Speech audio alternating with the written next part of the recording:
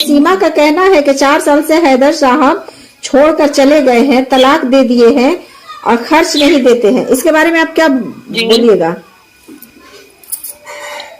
जी वो झूठ बोल रही है, वो झूठ बोल रहे हैं। अगर हैदर भाई गए तो सीमा ने नहीं भेजा था कि आप जाओ वहाँ पैसे कमाओ, बच्चों का फ्यूचर हम बनाएंगे, उनको पढ़ाएंगे लिखाएंगे, उनके लिए घर लेंगे। सीमा ने खुद भेजा था। सीमा झूठ बोलती है।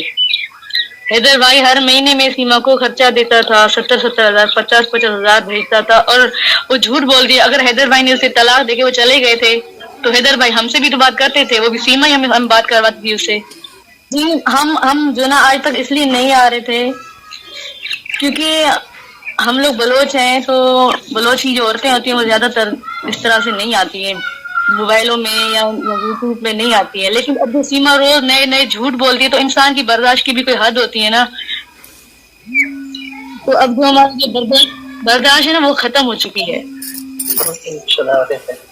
और हम चाहते हैं कि हमारे बच्चे फरवा, फरहान, फरिया, मुन्नी जो है वो वापस आ जाए, अपने मुल्क आ जाए, अपने बाप के साथ रहें, पढ़े लिखे, अपना फ्यूचर बनाएं। वहाँ बच्चों का क्या फ्यूचर होगा?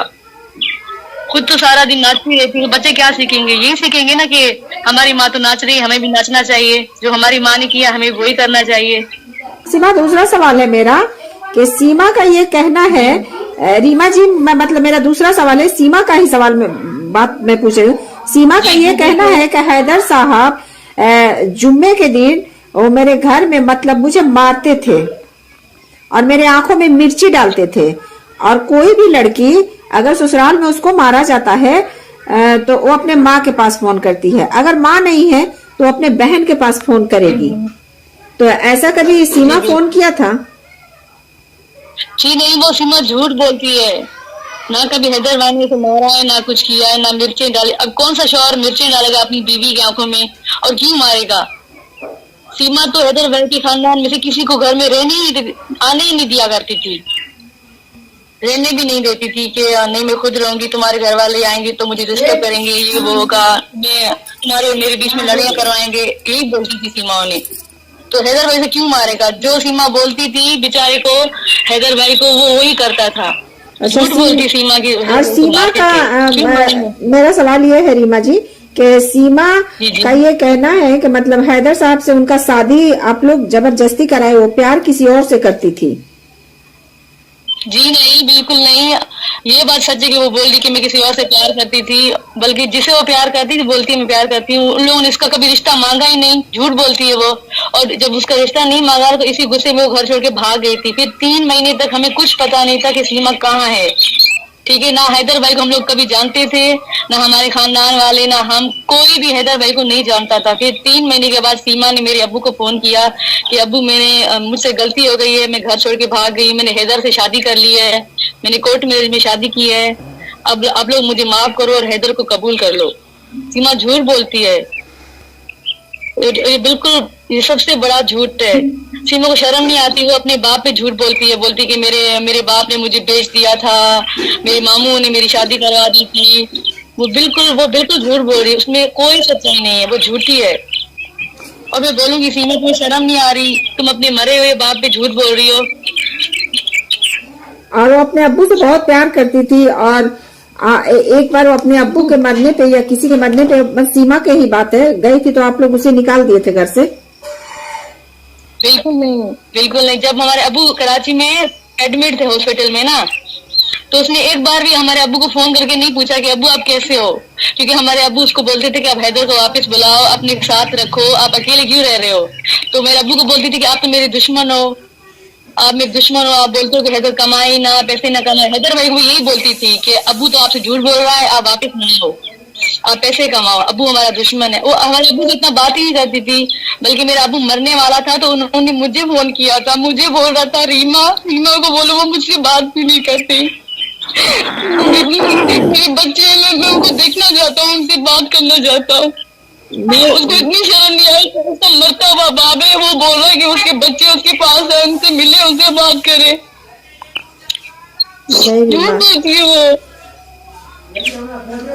क्योंकि जब हमारे अब्बू का इंतकाल हो गया तो मेरा मेरा मेरा भाई मेरे मामू वाले ने कहा कि चलो इससे गलती हो गई है, लेकिन अभी इसका बाप इस दुनिया में नहीं रहा, अब आखिरी बार उसको अपने अब्बू का मुंह देखना चाहिए, इसलिए हम लोग उसको अपने के सामने कहे और बच्चे डिपोर्ट हो जाए और बच्चे चले जाए। बेटी है, बड़ी बड़ी बेटी है, उनकी बड़ी बेटी जो है उसको कोई टच करता है तो बहुत बुरा लगता है ये सब देखकर। तो सीमा को इतनी शर्म नहीं आई जब उसको पता था कि फरवा को उसकी बहन ने पाला है, उसकी बेटी है, वो फरवा को भी लेके चली गई। फरवा मेरी बेटी थी, वो मुझे अम्मी बोलती थी, उसे अम्मी नहीं बोलती थी, उसको रीमा बोलती थी, मुझे अम्मी बोलती थी। बच्चे मेरे बच्चों की नहीं रीमा, हमारी मदद करते बच्चों को वापिस करोगे। सीमा जो भी बोलती है ना झूठ बोलती है, इसमें कोई भी सच्चाई नहीं है, सब कुछ उसमें झूठ बोला। आप किसी से पूछ लो यहाँ पाकिस्तान में, अब हैदर भाई से कहेंगे आप किसी से आपको बात करो, ये बताएंगे कि वो सीमा झूठ बोलती है।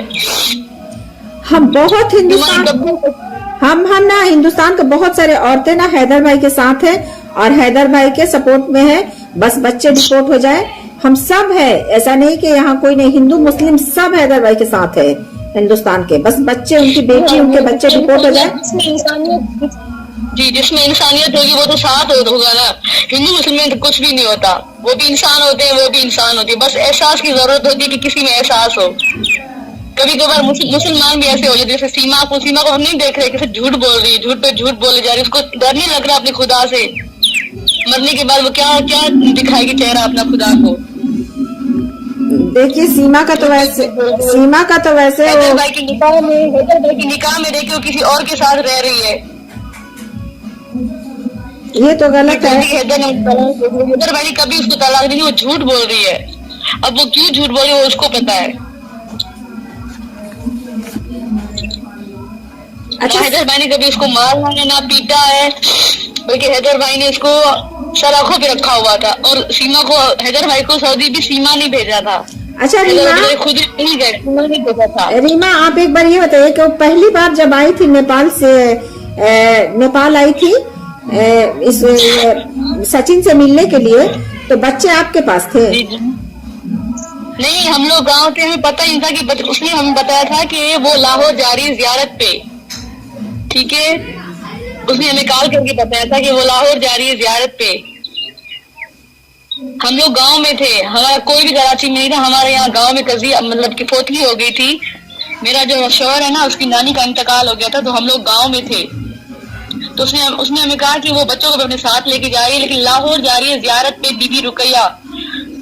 वो अगर सुन रही होगी तो उसको शर्म, हस्ती पे झूठ बोल रहा है कि मैं जियारत के लिए जा रही हूँ, बीबी रुकैया के पास जा रही हूँ जियारत पे। उसको शर्म आनी चाहिए। उसने ये कहा था कि अपने बच्चे वो अपने साथ लेके जा रही, क्योंकि हम लोग तो कराची में नहीं थे, हम लोग तो गांव में थे ना। हाँ जी, और वो झूठ बोल रही है, वैसे अपने बच्चे भी बोल रही मेरे साथ लेके। जब हम लोग कराची गए तो हमें पता चला कि जो हमारी चाची वहाँ कराची में रहती है ना, तो उसने कहा कि सीमा ने मुझे कहा था कि मेरे बच्चे आप रख लो, मैं जियारत करके फिर वापस आ जाऊंगी। अपना बच्चों का सारा खर्चा वर्चा सब कुछ उसको दे के गई थी। बोला कि मैं जियारत, इस बात में उनका भी कोई कसूर नहीं, क्योंकि उनको भी यही बोलती कि वो जियारत पे जा रही है। हम तो उस पर भरोसा करते थे, हमें क्या पता था कि वो इस तरह की झूठी निकलेगी। वो एक पाक हस्ती वो भी इल्जाम लगाएगी कि मैं उनको भी यूज करेगी, अपने बच्चों का भी नहीं सोचेगी। अच्छा रीमा, आप ना अगर आप लाइव जब तक नहीं मतलब आ रहे, ऐड नहीं हो रहे हो, एक वीडियो बनाना जिसमें कैमरा ऑफ रखना, कैमरा को बैक कर देना, पीछे कर देना। जैसे कुछ जगह हो आपके घर और के सामने उमने का, उसको ले लेना। बच्चों को डिपोर्ट कराने के लिए ये सब करना पड़ेगा, क्योंकि आप उसकी खाला है, आप उसकी खाला है। आप लोगों को आना सामने ना आए आप, लेकिन कुछ ऐसा चीज होगा जो जरूरी है बहुत। तो मुझे आप एक वीडियो बनाकर भेजे वहां से, उसमें आप कुछ बोल कर भी भेजे। आप इंडिया के सरकार से आप रिक्वेस्ट कीजिए, आप मोदी जी से, योगी जी से आप रिक्वेस्ट करके उसमें भेजिए। आपको भेजना पड़ेगा रीमा, बच्चों को डिपोर्ट कराने में आपको मदद करना पड़ेगा। जी, आप भी कोशिश कीजिए, हम सब कोशिश करते हैं। आपकी आवाज की जरूरत होगी, आपकी आवाज बच्चों को डिपोर्ट कराने में एक ताकत बनेगा। आप मेरी बात समझ रही है? जी मुझे आप 6 महीना हो, आज आज 6 महीना हो गया रीमा, आपके घर से कोई सामने नहीं आया। मुझे बहुत इस बात से मतलब मैं भी थोड़ा गुस्सा में थी कि कोई सामने नहीं आ रहा है, लेकिन आप लोग आइए, आप लोग ठीक है ऑन कैमरा ही ऑफ कैमरा ही आप आइए, लेकिन आप ऐसा